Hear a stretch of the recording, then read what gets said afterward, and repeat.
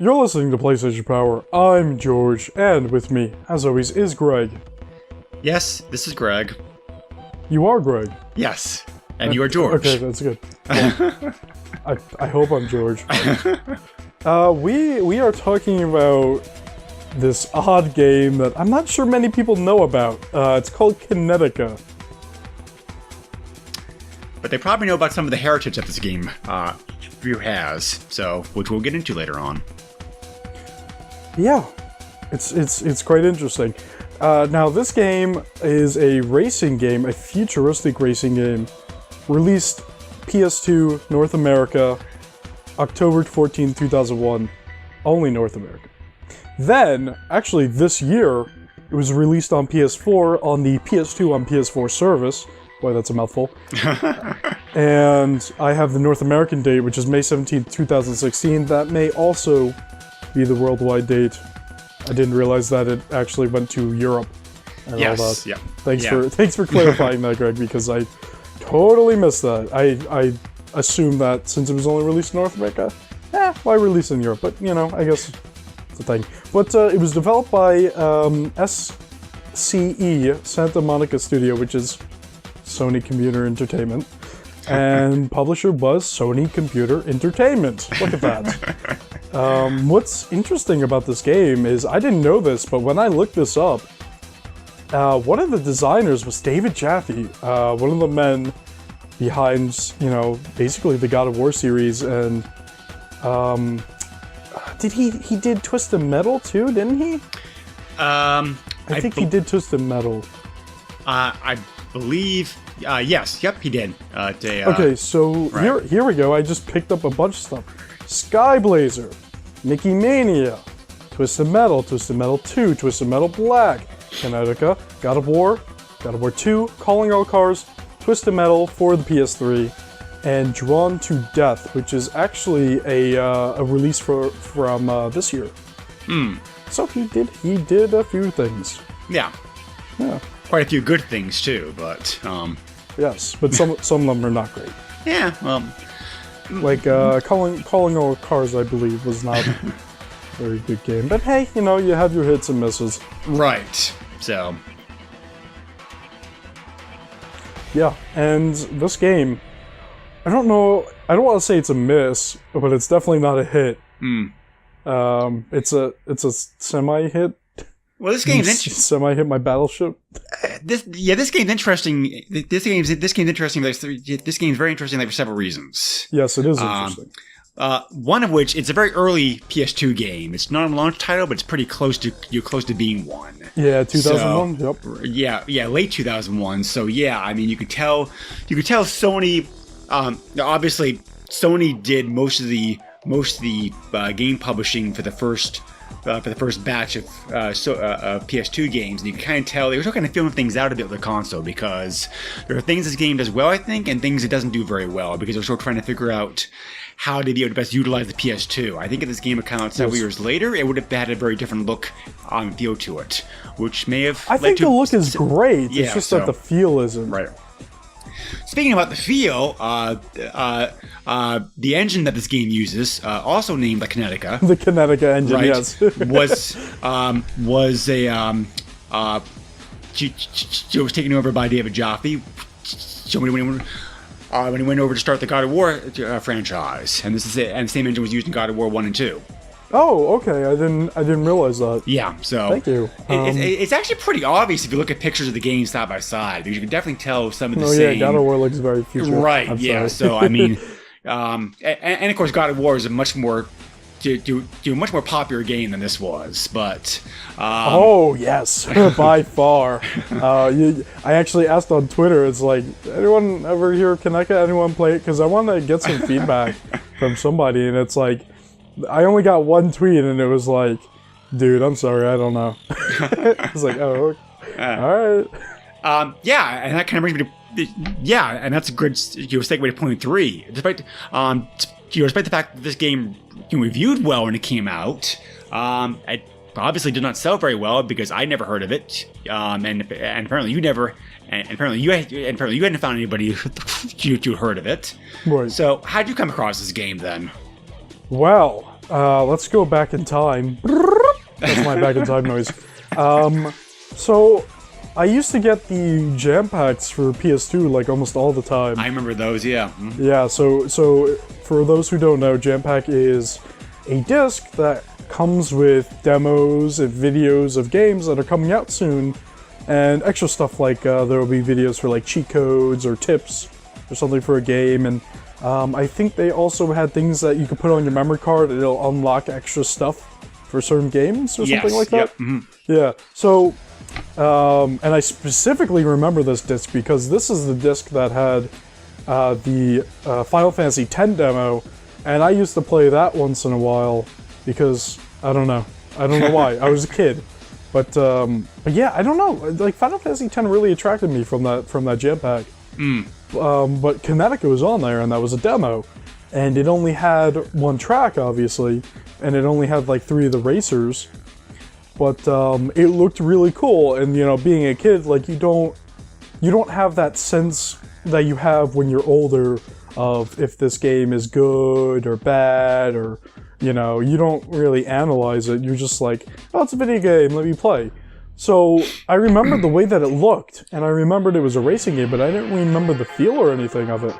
And I was like, oh, you know, we should cover this Kinetica game on the podcast.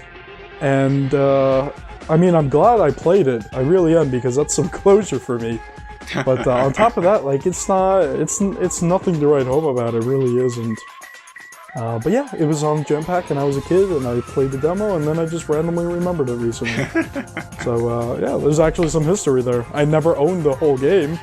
It's almost like a whole Dynasty Warriors 3 thing, where I played that on a Jam Pack 2, and for the longest time I wanted, and I never got it until like a really long time. Like I think Dynasty Warriors 6 might have been out by the time I got 3, and I got it used. But Kinetica was one of those games where it was like, I want it, and then I just forgot about it. And then just recently, it's just like, oh yeah, Kinetica. Well, the timing's good, because this game definitely has some similarities to another racing game that we used to cover, like an Earth podcast. What's that? Rock and Roll Racing. Okay. Yeah, no, I could see that. I never connected that, because what I said about this game, and I explained this to Joe, which is my co-host for the Box Fort, I said to him, that game is like Mario Kart combined with F-Zero combined with like Transformers, kind of. Mm-hmm, yeah.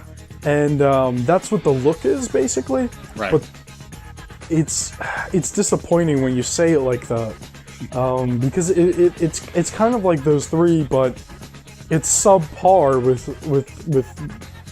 well, the first 2. It's subpar with being Mario Kart and subpar being F-Zero. Mm-hmm. It does have a Transformers vibe to it, though. Right. Well, yeah, you know, I was just reminded about that. You reminded about Rock and Roll Racing because the fact that there are some similarities between these games. It's a very Both games are pretty unique takes. Unique takes, like, on the tried and true racing genre, which is both games use some very unique and different things out there I've not seen done before. And both games are very graphically impressive, and both games use licensed music. Yeah, I know it's licensed music because I got a copyright hit on my video. Ooh. It's nothing major. It's just like, oh, the owner's just claiming that there's a song in there, blah blah blah. Stupid YouTube shit. I wonder which owner, because there's about maybe 12 different owners, the music. I can tell you later if you're interested. I obviously don't know off the bat, but yeah, I got a copyright. It wasn't a copyright strike. It was just like a copyright notice or whatever. Right. Yeah. I think in those cases they just simply mute the audio. No, that's if it's a copyright strike. You can mute it if you want to monetize it, but I'm not monetizing my videos. So it's I see. Okay. Whatever. Yeah. There's a bunch of rules to it. Yeah. I never posted anything on YouTube, so I don't know. Yeah. When I posted my Steep videos, there's music in there, and it's like, oh, this is copyrighted, but we're not, your account is in good standing. We just want to let you know that somebody claimed one of their songs is in there. It's like, All right. Well, it's a good thing that I don't monetize on YouTube because I wouldn't be getting money from those videos. Right. Yeah. But yeah, so I played this. I streamed out this game for like an hour, and I was like, yeah. I was just going to ask you, after all these years of after all these years of knowing about the game but never actually playing it, when you actually sat down to play it seriously for the first time, what your impression was? Well, you could go and watch a video and learn. You could see my impression there. But my impression was like, okay, this is kind of how I remember like it was. And then it was like, oh, this game's a little difficult because like you're sliding everywhere. Oh, let me go get a character that has like the best grip. And I was like, okay, this is fun. Now my problem is like, it's telling me I'm going almost 200 miles an hour, but I definitely feel like I'm going like 50. I had some of the same reactions. Yeah. So would it help? Would it help if we talked about the gameplay first before we really got into the nuts and bolts? Go ahead. Well, this takes place in a futuristic version of Earth. Again, like another famous racing franchise that you may be aware of. Where you get to race around in cities, outer space. There's a couple of fictional locations also. Oh, you know what this sounds like? This sounds like what's the name of that game? Diddy Kong Racing. Not the franchise I was thinking about, but okay. It's basically F-Zero. Yeah, right. Yeah, so, like I said. But the different thing though about this is that the cars, a lot of them look like bikes to me. I mean, they're not really cars like F-Zero cars. The bikes? Wait, the cars look like bikes? Some of the cars I think like look like bikes. Really? Yeah. That's an interesting thing to say. I never really saw it like that. Plus, look at the picture. The picture of the game in the box. Okay. That's definitely a bike. I mean... Yeah, okay, you know what, yeah, they're like motorcycles, yes. Yeah. Alright. I don't know, I think I was just like... I was more on the side of, they're Transformers, they just have wheels on their hands and stuff. Yeah, so I thought these were all bikes. I mean, like, some of the bikes do look like a bit like cars, but they're not really like. So racing games. There's not too many racing games out there. Out there that use motorcycles. There's no racing games I can think of that use motorcycles. In a sci-fi setting. So at the very least, this game gets points for creative license and originality. So. When I played this game, after about half an hour, I was like, I really want to just go and play F-Zero GX because it's much faster, it takes a lot more skill, but it's not frustrating in the way that I want to turn a little bit and I'll just slide too much.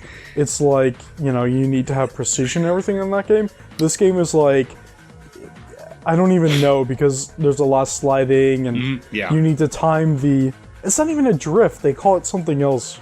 But there's a drift button, and they really emphasize the speed in this game because they make a big deal about the fact because they make a big deal out of the fact that your bikes can reach terminal velocity speed. Right. Yeah. So over 350 miles per hour, and it's like that's only if you get like the maximum, not the maximum boost, was it? There's a pickup that you could get that like increases the efficiency of your boost. Right. And, like, that's when you go over there. But, like, when I used boost by itself, it was like I wasn't really reaching that. And without boost, I was reaching 198 miles an hour. And it's like, this does not feel like I'm going almost 200 miles an hour. No, I mean, like... And then when you use the boost, you lose control, and it feels like you're going way too fast. I give the game a little bit of credit because the fact that... Oh no, it definitely deserves credit because it's a technically sound game. It works. It's not broken, but... For a lot of 32... It's disappointing. Yeah, for a lot of 32 and 64-bit games... again, some of the F-Zero games come to mind. They had a hard time trying to get a sense of speed with it because, the processor was definitely fast enough to handle the game, but I kind of think that the programmers hadn't either learned or weren't utilizing the processor of that particular system to the best abilities. Therefore the game didn't stutter per se. It was just like, you know, even though the game, like you said, even though the screen's telling you you're going X number of miles, you're not feeling it because of the fact that you know, the game's just not utilizing the system processor to the best of its ability. Some of the F-Zero games from this time period definitely have the same problem too. So it's not. I think I said in my video. I think I said while I was streaming Kinetica that I think the SNES F-Zero felt faster than this. It did, yes, because you know that was a more polished game, I think. But which is kind of interesting because that was also a pretty early. No, actually, that was a launch game for the system. So, but another interesting thing about this game, George mentioned Transformers earlier, and that's because that the racers, you can pick from 9 different racers. They compete while wearing these so-called kinetic suits, which basically is the bike itself because they have the wheels on the hands and feet, so they look like motorcycles. So the game's not very clear exactly. There's one guy that like is half motorcycle because he doesn't have wheels on his hands. I didn't see him then because the lower he's like he's really huge. Like his mass is like the max amount or something like that in the stats. Yeah. Like he's half like he's like torso up robot or whatever, and then like bottom down is just like a motorcycle, and I was like, this is so dumb. It was so like when I saw it, I was like, what the fuck? Yeah, I don't really know. It almost feels like they're trying to get the Transformers license originally, and it kind of does. You know, like that fell through. They're like, well, let's turn this into something else. But so obviously the name of the game comes from the kinetic suit. So like, you know, kinetic, like Kinetica. So, but anyway, I thought this game had a pretty good amount of content for an early PS2 game. There's 15 tracks altogether, divided between 3 seasons. Right. And the first season is okay difficulty. I was able to get through that without too much hassle. The second season, I got through it. I had to try a second time because that last race was a little rough. The second season, though, forget about it. It really cranks up the difficulty. Dude, I was like my first way through. On the first track, I was like, oh yeah, I'm gonna get third. Oh yeah. And then I passed the finish line, and it's like, you got third. I was like, yeah. And it was like, you didn't qualify. I was like, fuck you. That's literally when I turned the game off, because I was like, there's no way I could get second or first place. I don't understand that, because for some reason, this game, you can't advance unless you either you get first or second, whereas most racing games you can give advance you points like a tournament.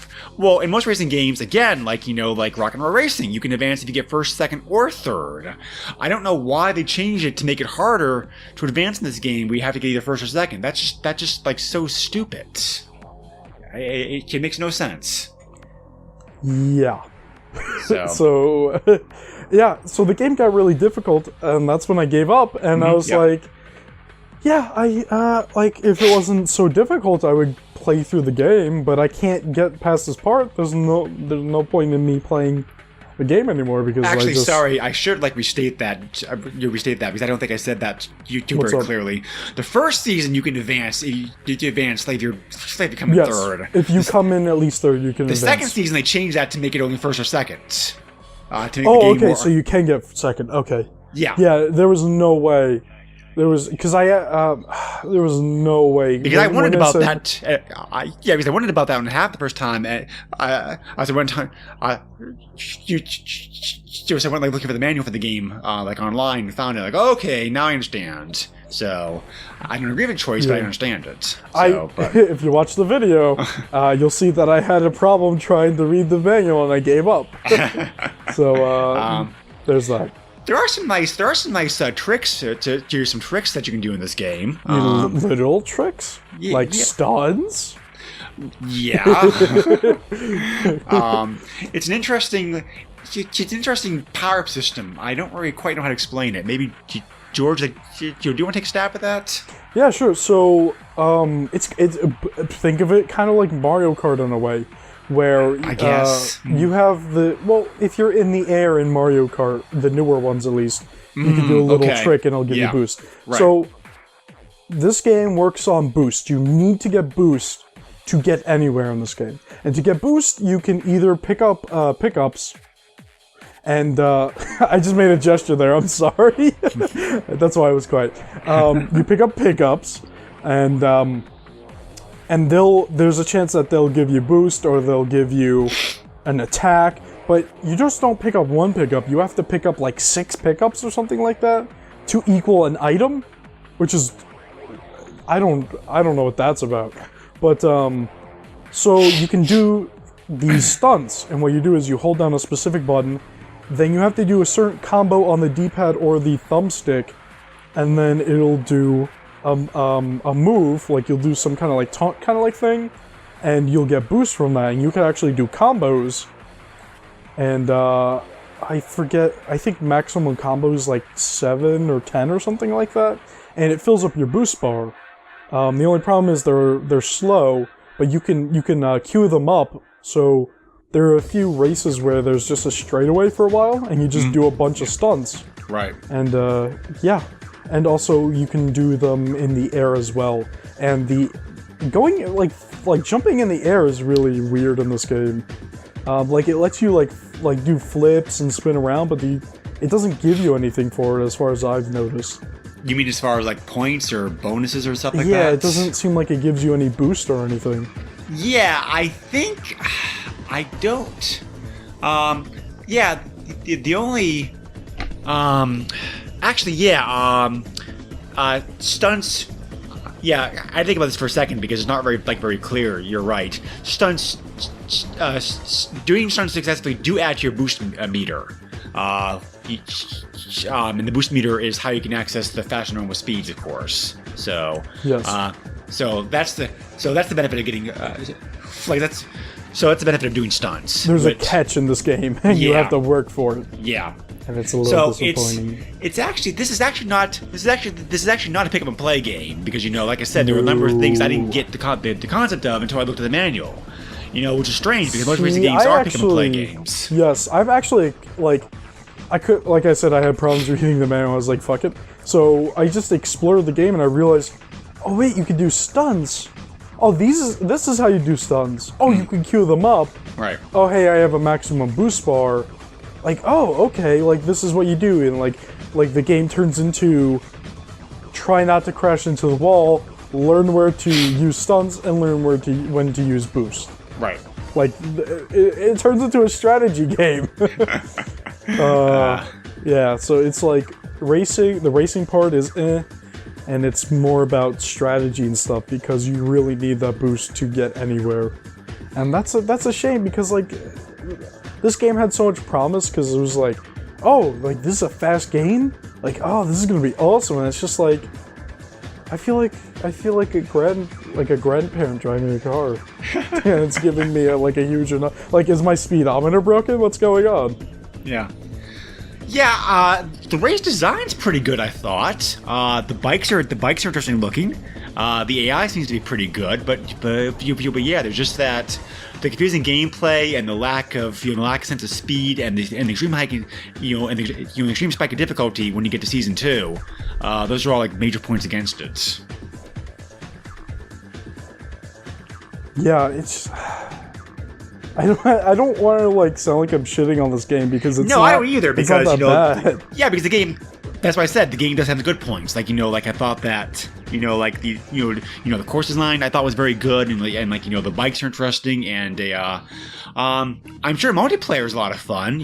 I wasn't able to check that part of the game out, unfortunately, but yeah, I wish I was able to do that too. Yeah, I'm sure multiplayer certainly adds some some extra life to it. What's really cool is if you have on PS4 they have this thing called Share Play, and what you can do is it sends out your game to people that you choose, and you could actually give the controller to somebody, but on top of that you could actually give a second controller to somebody so you can actually play local co-op games over the internet. Interesting. Yeah, so you can do it on PS2 games as well. I know, that's insane, isn't it? Yeah. Yeah, I only did it once and it was interesting. We played Samurai Warriors or whatever. Right. But yeah, no, if there was somebody out there willing to play Kinetica with me, I'd just do it through SharePlay and we'd play. Yeah, Yeah, and like I say, a lot of games are enhanced being able to play them through multiplayer.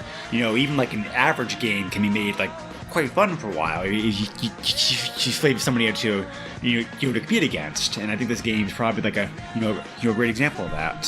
So the last major thing about this game is that I don't know if this is the first, but this game came out during a time period in which companies were starting to try to I don't want to say try to max out the CD storage space, because the 2001 CD-based games have been out for a while. But this is during a time period in which, that companies were trying to do licensed music like in their games, because Madden and Tony Hawk and a bunch of other games where around this time period all came up with licensed music. I mean, if they're trying to max out the DVD, because the PS2 games are on DVD, that's a lot of storage space. Yeah. No, that's fine. I'm not correcting you. I was just saying that a DVD has a shit ton of space compared to a CD from PlayStation, and that was a shit ton of space when the PlayStation came out. Right. And now you're timesing that by whatever it is. That's a lot of data. How do you fit all that stuff on there, Final Fantasy X was on one disc. That's how big a DVD is. It can fit a whole Final Fantasy on it, but... Well, conversely, I don't think they put the licensed music on here specifically to try to fill up the disc, because the MP3 files are pretty small. I just think I'm just saying that a DVD is huge. Yeah. I think they were just trying to simply fit in with the times, because they're trying to get this game a very this word means something now, like I've heard it then, but I think they were trying to give this game a very hip feel to it. And the music definitely reflects that, because it's a mix of house and trance and some techno stuff, maybe. I think there's some techno stuff in here too, but it's a very interesting varied soundtrack for sure. Yeah. I didn't really pay attention to the music much because I was trying not to fuck up and lose. Well, I've got a list of the songs right here, and some of these singers and bands I've heard of, but some of these, but most of these I have no idea who the hell they are. But there's stuff here from Amoeba Assassin, Scope, Hybrid, Way Out West, Meeker, Juno Reactor, Derek Hilland, 10th Chapter, Vitae, and several others. Have you heard of any of those people? No, I have not. I've heard of Hybrid, and I think I've heard of Meeker, but that's about it. So I don't think they spent very much money to get this catalog. yeah, I know, right?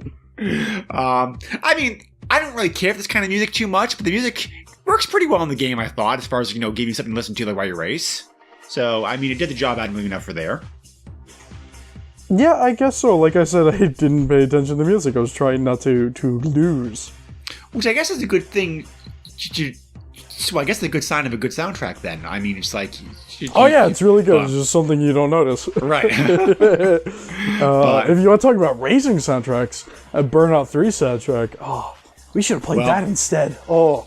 Well, once again, Rock and Roll Racing, I thought had a better selection of licensed music on there. So, but they probably had to spend more money to get that catalog, but also that was work to put that in there. Oh, I'm sure, yeah, because that was cart. Because that was cart versus DVD. So, no, I mean they had to actually program all the music, whereas PS2 you just drop the music in and it plays. Yeah, right. Yeah. So it's what do they call it? PS2 uses Red Book audio, I think it's called. I think that's right. I used to know this and I forgot. Yeah. It doesn't come up much, so right. Well, Red Book audio used to be a big thing, but nowadays it's kind of been obsoleted. So something like that. Yeah. Whatever it is. Tell me I'm wrong. Right. Yeah. The controls I thought were fine. They just didn't. The biggest problem I had with the controls was that the basic racing. Let me see how I can explain this. Basic racing is fine with the controls. Where I ran into problems was trying to do things like combos and certain turns. Yes. Combos I thought were a pain in the ass to pull off. Tricks. I'm thinking well, you could do combos with the tricks. Yeah, right. So, I mean, the stick did not feel as responsive in this game as it did to like other PS2 games for some reason. I don't really know why that was. Really? Because it felt responsive to me. I'm not sure. I'm not sure whether to blame that on the game or too much sliding though. Yeah, but because the thumbstick was not a new thing, but at this point, so it's like they should have known how to be able to correctly utilize the stick for maximum control of the vehicle. Yeah, they invented that last generation. Yeah, exactly. So I really don't know what to say about that. I mean, the controls are fine. I played racing games. I played games that had, yeah, exactly. But I mean, they're not. But they're not like F-Zero quality either. So because F-Zero is so responsive and crisp, like those controls. But so. Yeah, it kind of sounds like both of us had very mixed things to say about this. Yeah, it's just like there's so many bad things to say, but like it's a decent game, and I don't want to shit on it. But what do you say? Yeah, well, I would say, like if you're a racing fan, definitely check this game out. Because I think this game has enough unique concepts and ideas that they at least try to utilize, and the setting and the vehicles are definitely different enough that you probably can have quite a bit of fun with this game, if you're a racing fan. Especially like we said, multiplayer play. I think multiplayer play definitely would add the appeal to this game, several notches. If you're not a racing game fan, though, I just don't think there's enough here to really warrant it because, again, F-Zero is the premier beginner level racing game franchise to go into these days, and this game just is not. This game's not newbie friendly. Especially F-Zero GX is like the best racing game out there. Yeah, it's very, very good. Much better than this one is. I mean, of course, that's newer games. I want to go find my copy plate now, honestly. Yeah. This is a PlayStation podcast, but I have to say, that's a better GameCube game. Well, yeah, because that game came out before this one too, right? Because that was... Did it? I'm trying to think. GameCube was about this time period. So, it was, but I'm not sure. I have to look it up. Something around this time period, though. But 2003. 2003. Okay, all right. The internet is a wonderful thing, my friend. So GX benefits a little bit from hindsight. I think maybe. But I think it was also an arcade game before they ported it to the GameCube. So. It was, or they came out at the same time, or because I know there's F-Zero AX, and that's right. The arcade version. We go into more detail about this on the F-Zero episode of the Super NES podcast that we did quite a while back. If you want more information about the relationship, but long story short is that the arcade version F-Zero's a better game. The arcade version is a slightly different take on GX. Yes, it's not quite the same game, but it's close. I've always wanted to play it, but I never. Okay, let's stop talking about F-Zero. My local Dave & Buster has it still. Yeah. So. Damn it! All right, I'm gonna have to come for a visit. Talking about F-Zero. So yeah, I think this game's fine. That's my opinion about it. If you're a racing game fan, I think this game is. You'll probably have some fun with this game. If you enjoy games this, show games this ilk. But if you're not a racing game fan, this is not really going to endear you to the genre. Yeah, I don't have anything else to add. There's not much to talk about this game. This game is actually relatively short. If you can finish everything without losing at any point, this game is very short. That's the key, because 15 tracks is pretty good for this time period, I thought. But of course the game gets so difficult. I can't even imagine how difficult Season 3 is, because I didn't even sniff Season 3. But if you can go to depth with the game, I think you'll probably get through the whole game maybe a couple hours. I didn't even get to look at Season 3. It was just you want to look at this? Nope. You gotta beat Season 2. It's like, fuck. And you also have to unlock new racers, so I didn't even get to try out everyone. Hate that concept too. Mm-hmm. I always hate games that do that. So yeah, go ahead. Sorry. I should say, if you want to have unlockables, make that unlockable something like you earn points for finishing a race, regardless how you do actually do different skins or something. Right. Maybe. Give me points regardless if I win or lose. Give me points. So that way you can feel you're making progress. Maybe a reward store or something. Right. Yeah. And then that's fine. I don't mind unlockables that the unlockables, do something like that. But don't make them so freaking impossible to get, because I don't know how many people are going to bother unless you grab a save file from somewhere online and copy onto your PS2 memory card. I don't know. Well, there's also that thing of around the time that it came out, kids don't really have anything else, so they have to keep playing that game. Yeah, I basically had that situation with when I was a kid. It was just like, I don't know if this game was really. I don't know if this game was really designed with kids in mind, though, because the PS2 is definitely. I mean, it's a kid-friendly game. It's kid-friendly. Is it for kids? I have no idea. The music and the images certainly do not make me think kid-friendly. The difficulty definitely is not kid-friendly. I mean, a kid can play it, but I think what about NES and SNES games, Craig? Are those kid-friendly due to difficulty? Well, yes and no, in the sense that, but the NES and Super NES were designed and sold and marketed as kid systems. The PS2 was not. PS2 was an adult system. This was like aimed for like people my age, college age kids, who were trying to get. They're like mature GTA stuff on, so, but, like... We need to cover a GTA sometime soon. Yeah, that's a big franchise. That is. And that's something good to stream, too, so... That's a lot of games. Well, I mean, we don't have to do all of them, but like... Yeah, like in a row, but... No, definitely three. Three I've played the least, so... Right. Anyway, hey, yeah. But anyway, yeah, so like I said, this game, when I found it online...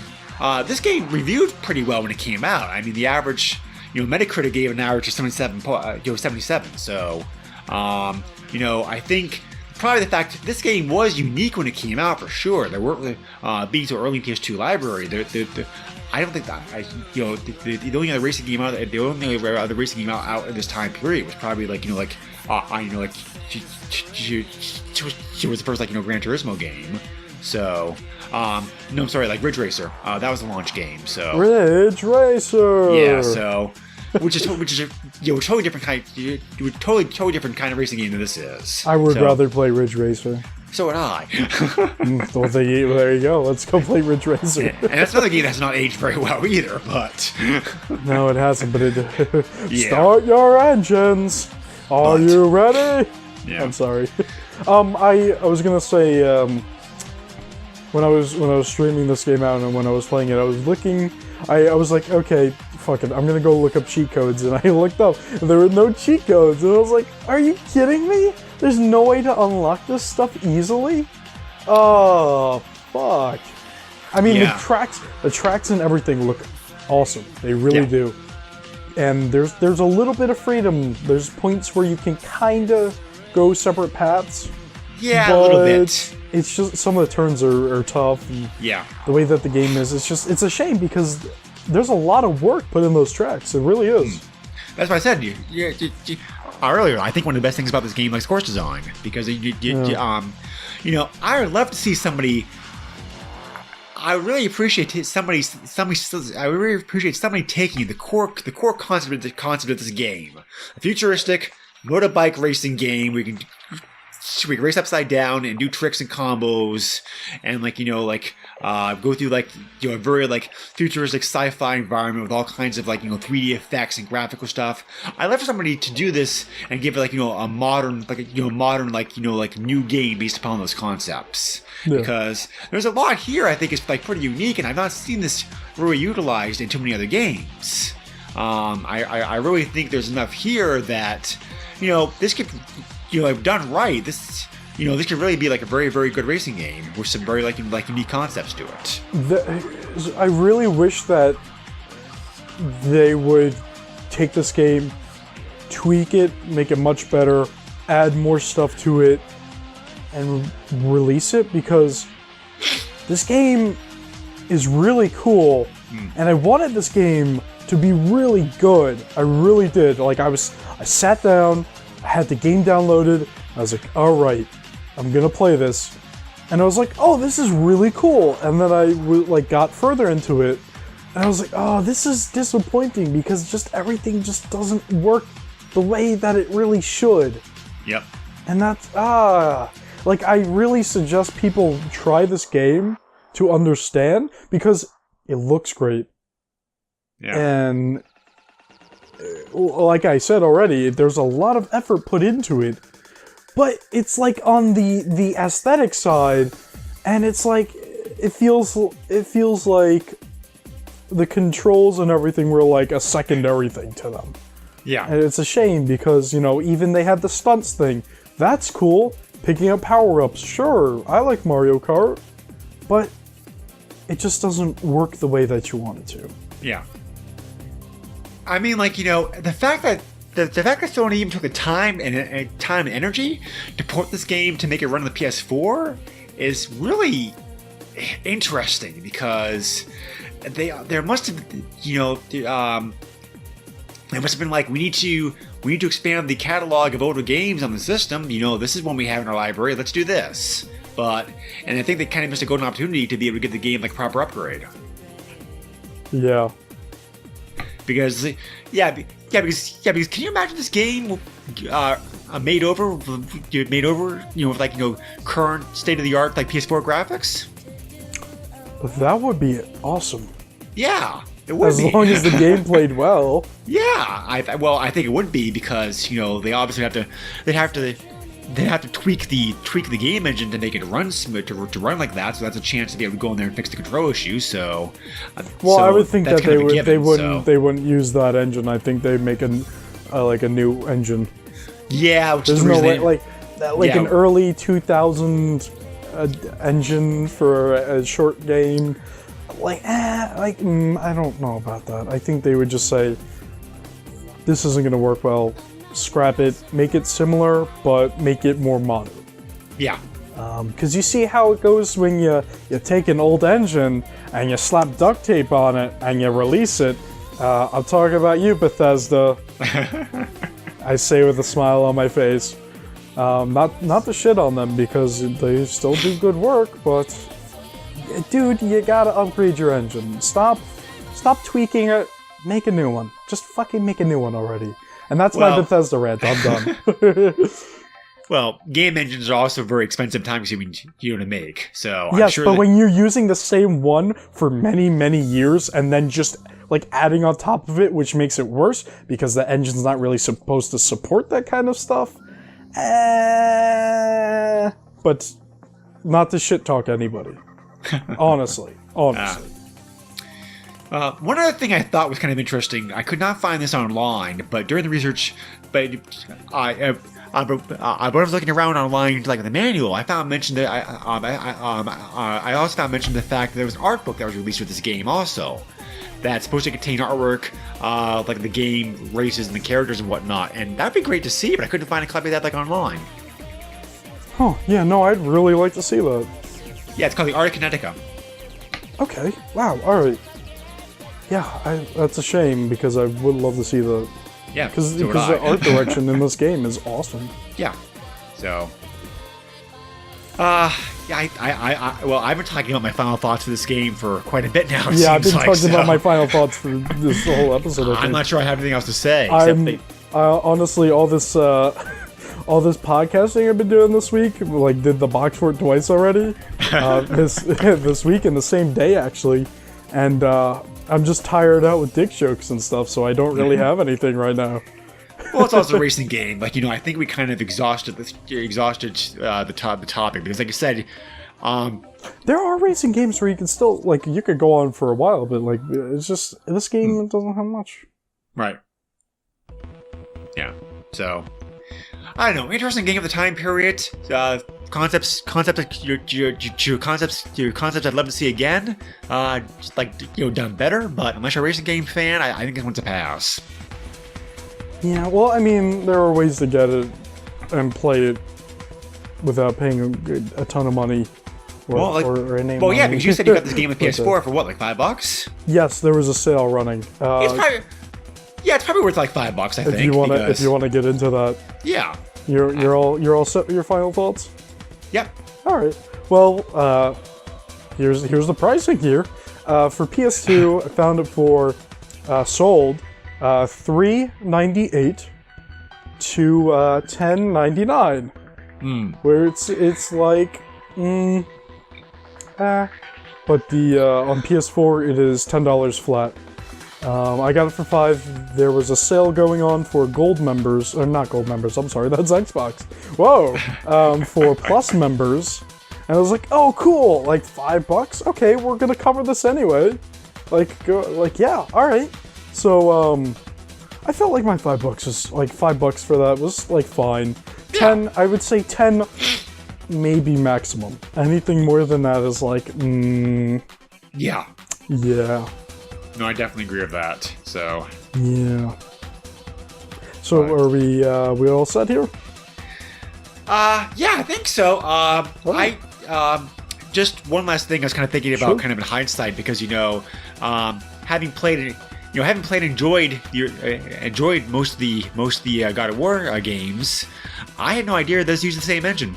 I need to go and play those, and we need to cover them. But Yes. I got the what was it? There was one where they released the first 2 games and they were remade. Yes. Yeah. And I have that on disc. I need to find where I put it, and I can play through that. Maybe we'll cover it sometime soon. But we have plans. So. Thanks for joining me, Greg. Of course. And hey, listener, you're glorious, you're wonderful. Thanks for listening. If you're interested in backing us, because we need to keep the lights on, and it helps pay for equipment. I'm using a different microphone due to the Patreon. Thank you. This is much easier for me to use. You can go to patreon.com/theboxfort. That is patreon.com/theboxfort.